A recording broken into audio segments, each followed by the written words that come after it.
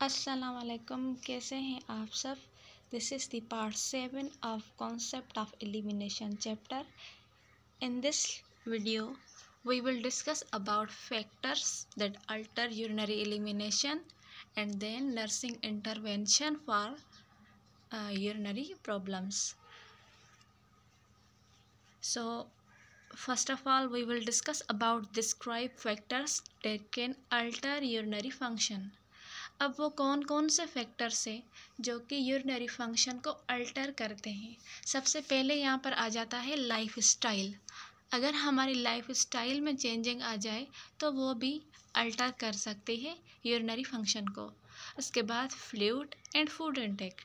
हम जो भी फूड या फिर फ्लूइड इनटेक करते हैं उसका भी बहुत इफ़ेक्ट होता है हमारी यूरिनरी फंक्शन के ऊपर।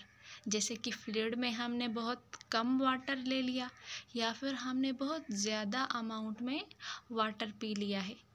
और फूड इनटेक में ऐसे बहुत सारी चीज़ें होती है जो कि ब्लैडर को इरिटेट करती हैं, सच एज कॉफ़ी, टी वगैरह। ऐसी जो भी चीज़ें होती है जो कि ब्लैडर को इरिटेट करती है वो हमने नहीं लेनी बहुत ज़्यादा, ठीक है ना।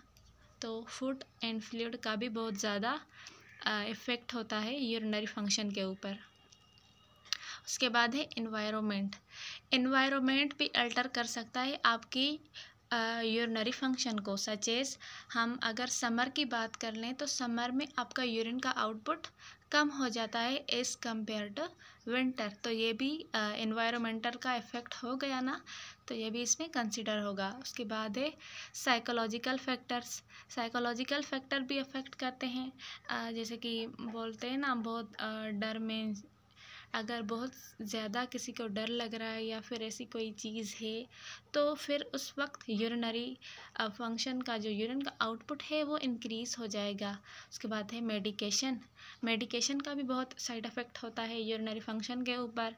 उसके बाद है नंबर 6 पे मसल टोन एक्टिविटी। अगर कि मसल टोन एक्टिविटी स्ट्रॉन्ग है तो वो उसको अल्टर नहीं करेगी, वो नॉर्मल रहेगी। अगर मसल टोन एक्टिविटी वीक है तो ये क्या करेगी, यूरिनरी फंक्शन को अल्टर करेगी। उसके बाद है पैथोलॉजिकल कंडीशन। अगर उसको किसी भी किस्म की कोई डिजीज़ वगैरह है तो वो भी अल्टर करेगी। उसके बाद है surgical and diagnostic procedure. Surgical अगर किसी की सर्जरी वगैरह हुई है तो वो अल्टर करेगी यूरिनरी फंक्शन को। और उसके बाद डायग्नोस्टिक प्रोसीजर, अगर डायग्नोस्टिक प्रोसीजर के लिए कोई जा रहा है, ठीक है ना, उसके बाद भी उसका जो यूरिनरी फंक्शन है वो अल्टर हो जाएगा। Fluid intake and last is stress. Stress is also the main factor that can alter urinary function. So these are the just factors that alter urinary function. Number 6 पे है nursing intervention for common urinary problems. तो जो main है वो incontinence या फिर retention है, तो हमने सिर्फ उनकी ही इंटरवेंशन देखनी है। तो फर्स्ट में यूरिनरी इनकॉन्टिनेंस केयर इंटरवेंशन, हमने यूरिनरी इनकॉन्टिनेंस के लिए इंटरवेंशन देखनी है। फर्स्ट ऑफ ऑल हमने क्लाइंट को इंस्ट्रक्ट करना है to take limit fluid for 2 to 3 hours before bed time. उसको जो है ना यूरिनरी इनकॉन्टिनेंस में पहले तो हमें उनको इंस्ट्रक्ट करना है कि बेड से पहले अगर आप सोने जा रहे हैं तो उससे 2-3 घंटे आपने जो है ना पानी जो फ्लूइड ले रहे हो उसको लिमिट कम कर देनी है, ठीक है। उसके बाद help client select appropriate incontinence garment और pad for short term management while definitive treatment is designed. हमने क्लाइंट को ये भी बताना है कि अगर किसी शॉर्ट टर्म के लिए उनको बाहर वगैरह कहीं जाना है या फिर उसको इनकॉन्टिनेंस का मसला है तो वो गारमेंट या फिर ऐसे पेड यूज़ करे जो कि उसको शॉर्ट टर्म के लिए हेल्प करें, मगर अदरवाइज़ उसको जो है ना डेफिनेटिव ट्रीटमेंट की ज़रूरत है। उसके बाद है instruct to drink a minimum of 1500 millilitre. हमने उनको इंस्ट्रक्ट करना है कि आपने पानी कम पीना है, लगभग 1500 मिलीलीटर के, जैसे कि आपने जस्ट से 8 गिलास पर डे ड्रिंक करने हैं। उसके बाद है limit injection of bladder irritant. जैसे कि मैंने पहले भी बोला कि कौन कौन से ब्लैडर इरिटेंट्स होते हैं जो कि ब्लैडर को इरिटेट करती है कि वो जल्द से जल्द खुद को एम्प्टी कर दें। वो है कोलास, टी, कैफ़ीन, कॉफ़ी, चॉकलेट्स, ये वगैरह ये चीज़ें ज़्यादा खाओगे आप तो आपका जो है ना ब्लैडर इरिटेंट इंक्रीज़ हो जाएगा और वो बस जल्द से जल्द खुद को एम्प्टी करना चाहेगा।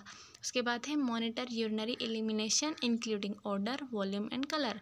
हमने उस पेशेंट को जो यूरिन है उनको बार बार मॉनिटर करना है कि उसका कलर कैसा है, वॉल्यूम कितना है या फिर उसकी ऑर्डर कैसी है। ठीक है, तो ये सारा हमने उनका चेक करना है, उसका असेस करना है ताकि हम फाइंड आउट कर सकें तो कोई डिजीज़ तो नहीं है। ठीक है, तो ये थे just nursing care for urinary incontinence. उसके बाद है यूरिनरी रिटेंशन। हमने इनकॉन्टिनेंस का पढ़ लिया, अब है यूरिनरी रिटेंशन केयर। इसमें हमने क्लाइंट को या उसकी फैमिली मेम्बर को इंस्ट्रक्ट करना है कि आपने जो है ना उसका यूरिनरी आउटपुट को रिकॉर्ड करना है। ठीक है, provide enough time for bladder एम्प्टाइंग।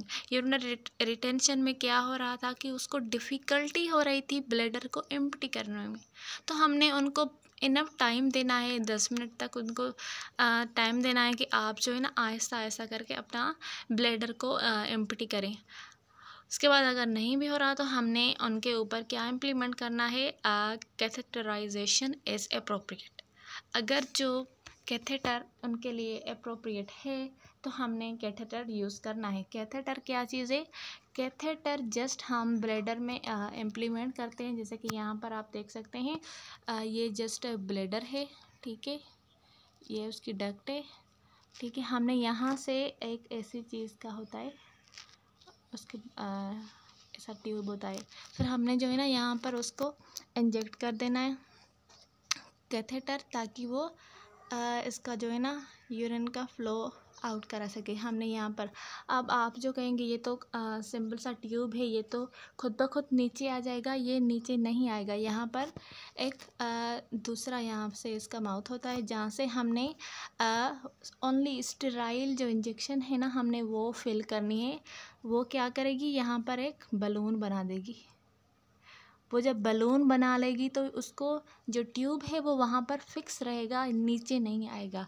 ठीक है, और जो भी उसका यूरिनरी ब्लैडर से जो भी मसला था, उसको यूरिनरी ब्लैडर जो है वो एम्प्टी नहीं कर पा रहा था, तो कैथेटर की वजह से, कैथेटर की मदद से ब्लैडर जो है वो एम्प्टी हो जाएगा। ठीक है, उसके बाद है instruct to way to avoid constipation और स्टूल इन्फेक्शन।